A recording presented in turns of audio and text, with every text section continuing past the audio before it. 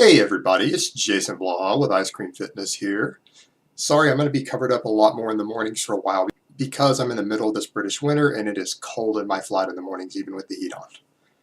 But today I want to talk to you guys about tracking and counting your incomplete or plant protein sources as part of your overall protein intake. But hold on, let me give you guys a bicep shot first.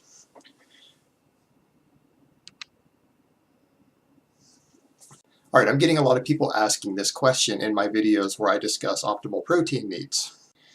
And for those who want to know the short answer, yes, count your plant sources of protein into your total protein intake. There's no reason for you not to count it. It would be absurd not to.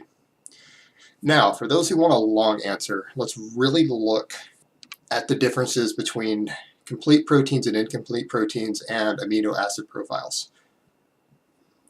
What you see with incomplete protein sources is that usually they're a little lower than you might like in one or two of the 8 essential amino acids. It doesn't mean they don't contain them, it just means that they don't contain optimal amounts of them.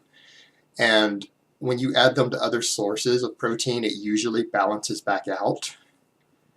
And you still get most of the muscle building and thermic effects and everything else from that protein that you would from your complete protein source. You just might be short in one or two of the essential amino acids. But that doesn't mean that you shouldn't count it into your overall protein intake. Furthermore, as far as amino acid profiles like that go, they become more and more important the lower your protein intake goes.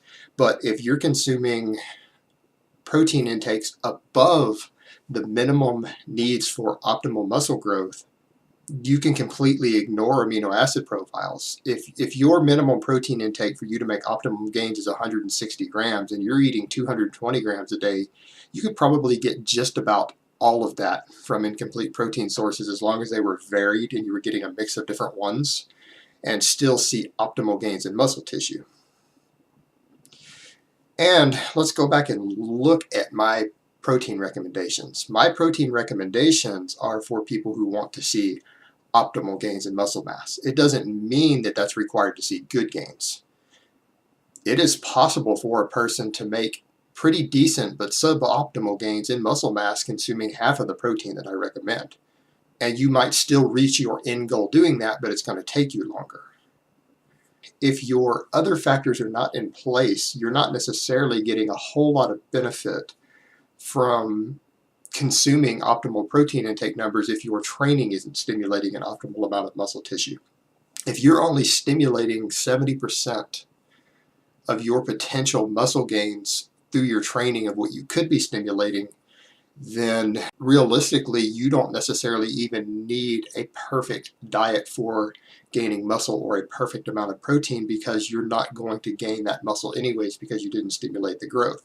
So rather than worrying about minor factors such as the amino acid profile, if you already know you're consuming enough protein, make sure that your other factors are in place, that your program is on point, that you're looking at your total workload, your muscle protein synthesis, the way that you're deloading and cycling your progression and your periodization. You need to be looking at these factors because that's going to make a bigger difference than trying to determine that last 10 or 20 grams of protein, because that protein intake becomes irrelevant if your training isn't perfect anyways. Alright guys, I'm going to do a few more videos for you later today, but that's all I have to say on this one, and I hope it has been informative, and I will talk to you next time.